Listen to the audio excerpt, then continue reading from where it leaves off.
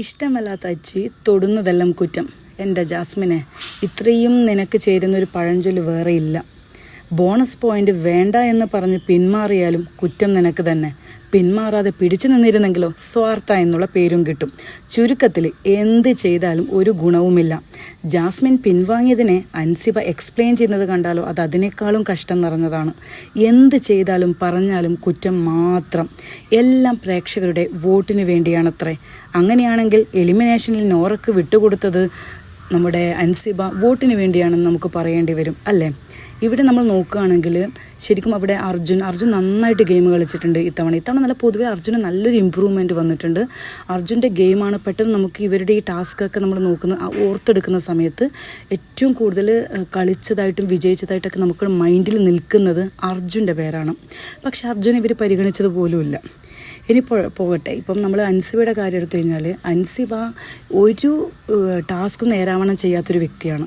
ഇത്രയും നന്നായിട്ട് എല്ലാവരും ടാസ്ക് കളിച്ച് 4 പേർക്കും അർഹതപ്പെട്ട ഒരു കാര്യം ഒരാൾക്ക് വിട്ടുകൊടുക്കുക എന്ന് പറയുന്ന ഒരു സാഹചര്യത്തിലേക്ക് എത്തിച്ചേരുമ്പം അറ്റ്ലീസ്റ്റ് വിട്ടുകൊടുത്താൾക്ക് ഒരു നല്ലൊരു താങ്ക്സ് പറയുകയല്ല വേണ്ടത്. അവരുടെ കൂടെയുള്ള ഒരാൾക്ക് ആ ഒരു അവസരം കിട്ടി. ആ അവസരം ഒരാൾ കൊടുത്തതാണ്. 3 പേരെങ്കിലും സാക്രിഫൈസ് ചെയ്താൽ മാത്രമാണ് അവിടെ ഒരു വിജയം ഉണ്ടാകുന്നുള്ളൂ, അല്ലേ? ആരെങ്കിലും ഒരാൾ ഇവിടെ എന്തായാലും സാക്രിഫൈസ് ചെയ്തേ പറ്റത്തുള്ളൂ. അപ്പോൾ അങ്ങനെ ഒരു സാഹചര്യത്തിൽ ജാസ്മിൻ പിന്മാറുന്നു. അർജുൻ രണ്ടാമത്തെ ഓപ്ഷനായ ഋഷിയിലേക്ക് വരുന്നു.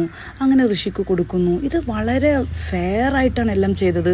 അധികം ആർഗ്യുമെൻറ്റോ വേണ്ടാത്ത വർത്തമാനങ്ങളോ ഒന്നും അവിടെ സംഭവിച്ചില്ല. എല്ലാം നീറ്റായിട്ട് ചെയ്തു. എന്നിട്ടും യാതൊരു തരത്തിലുള്ള ഒരു പരിഗണനയോ ഒരു നല്ല പേരോ ജാസ്മിനോ അർജുനോ ഒന്നും ഇവിടെ കിട്ടുന്നില്ല. പിന്നെ ആർക്കും കിട്ടാതെ പോകുന്നതിനേക്കാൾ ഭേദമല്ലേ ആർക്കെങ്കിലും ഒരാൾക്ക് കിട്ടുന്നത്? അതൊക്കെ തന്നെയോ ഇവർ ചിന്തിച്ചിട്ടുള്ളൂ. ഓക്കെ, ജാസ്മിന് കൊടുത്തില്ലെങ്കിൽ അർജുന് കൊടുക്കാം. പക്ഷെ അർജുനും കൊടുക്കാൻ ഇവർ റെഡിയല്ല. എന്തായാലും ചിന്തിക്കാനുള്ള ശേഷി എന്ന് പറയുന്നത് ബാക്കി 2 പേർക്കും ശരിക്കും പറഞ്ഞാൽ അവിടെ ഇല്ല എന്ന് വേണം പറയാൻ വേണ്ടിയിട്ട്.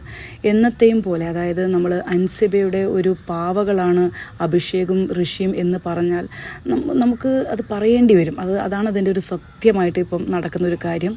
ഇനി എന്തായാലും ഒരു കാര്യം നമുക്ക് വ്യക്തമായിട്ട് ഇവിടെ പറയാൻ സാധിക്കും. അതെന്താണെന്ന് വെച്ച് കഴിഞ്ഞാൽ, ജാസ്മിൻ ഇല്ലെങ്കിൽ സത്യം പറഞ്ഞാൽ ആർക്കും ശബ്ദമുയർത്തിയിട്ട് അവിടെ എന്തെങ്കിലും ഒരു ഗെയിം കൂടെ കളിക്കാൻ സാധിക്കുന്നില്ല. ഇന്നലെ അഭിഷേക് ജാസ്മിനെതിരെ ഗബ്രിയുടെ പേരെടുത്ത് ഉപയോഗിച്ചിട്ട് പ്രശ്നമുണ്ടായി. അത് ഇനി എങ്ങനെയാണെങ്കിൽ പോലും എപ്പോഴോ പോയ ഗബ്രീനൊക്കെ കൊണ്ടുവരേണ്ട ആവശ്യം ഇവിടെ ബേസിക്കലി ഇല്ല. കാരണം നമ്മൾ ആ ഒരു ബിഗ് ബോസ് വീട്ടിൽ നിന്ന് പുറത്തു പോയ ആളുടെ പേര് പിന്നെയും വലിച്ചിടുക എന്നത് പൊതുവെ ചെയ്യാത്തൊരു കാര്യമാണ്. ഓക്കെ, ഇപ്പം പക്ഷെ അത് ചെയ്തു. ഇങ്ങനെയുള്ള കാര്യങ്ങളൊക്കെയാണ് അവർ ചെയ്യുന്നത്. ഇവർക്ക് ജാസ്മിനെ പറ്റി പറയാതെ അവിടെ നിലനിൽക്കാൻ തന്നെ പറ്റാത്ത ഒരു സാഹചര്യം. അതുപോലെ ഇന്നലെ നടന്ന ആ ഒരു ആർഗ്യുമെൻറ്റിൽ ആർഗ്യൂ ചെയ്യാൻ തന്നെ അഭിഷേക് നിൽക്കുന്നില്ല. ഓക്കെ, അപ്പോൾ അഭിഷേക് ആർഗ്യൂ ചെയ്യാത്തത് അഭിഷേകിൻ്റെ ക്വാളിറ്റിയാണ് അത്രേ. അതിപ്പം ജാസ്മിനാണ് അങ്ങനെ പോയെങ്കിലും അത് ഭീരുവാകും. അപ്പം നമ്മൾ പറഞ്ഞു വരുന്നത് എന്താണെന്ന് വെച്ചാൽ, നിങ്ങൾ ഒരാളുടെ ക്യാരക്ടറിനെ നോക്കുന്ന സമയത്ത് എപ്പോഴും കുറ്റം പറയരുത്.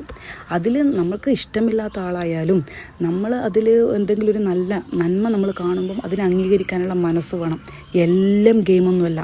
ആ ബിഗ് ബോസ് വീട്ടിനുള്ളിൽ എല്ലാവരും 24 hours ഗെയിം കളിച്ചുകൊണ്ടിരിക്കുക എന്നാണോ നിങ്ങൾ വിചാരിക്കുന്നത്? ഒരിക്കലുമല്ല. പിന്നെ കുറച്ച് ആൾക്കാരുടെ ധാരണ എന്താണെന്ന് വെച്ചാൽ ഋഷി റിയലാണ്, അങ്ങനെയാണ് പറഞ്ഞത്. ഈ റിയലായിട്ട് മാത്രം കാര്യമില്ല. റിയൽ പ്ലസ് ഗെയിമാണ്. നിങ്ങൾ റിയലായിരിക്കുകയും നിങ്ങളുടെ ബെസ്റ്റ് വേർഷൻ അവിടെ കാണിക്കുകയും അതിൻ്റെ കൂടെ നിങ്ങൾ ഗെയിമും കൂടെ കളിക്കണം. എവിടെ ഋഷിയുടെ ഗെയിം? ഋഷിയൊക്കെ ശരിക്കും അൻസിബയുടെ അണ്ടറിലാണുള്ളത്. എനിവേ, ഒന്നും പറഞ്ഞിട്ട് കാര്യമില്ല. അവരൊക്കെ അങ്ങനെയൊക്കെ തന്നെയാണ് ഇനിയും കളിച്ചിട്ട് മുന്നോട്ട് പോകാൻ പോകുന്നത്. ഇത്തവണത്തെ എവിക്ഷനിൽ ആരാണ് എവിക്റ്റ് ആവാൻ പോകുന്നതെന്ന് അറിയില്ല. അത് നമുക്ക് എവിക്ഷനൊക്കെ കഴിഞ്ഞിട്ട് അതിനെക്കുറിച്ചിട്ട് സംസാരിക്കാം. ഓക്കെ, ഏതായാലും പിന്നെ കാണാം. Bye bye.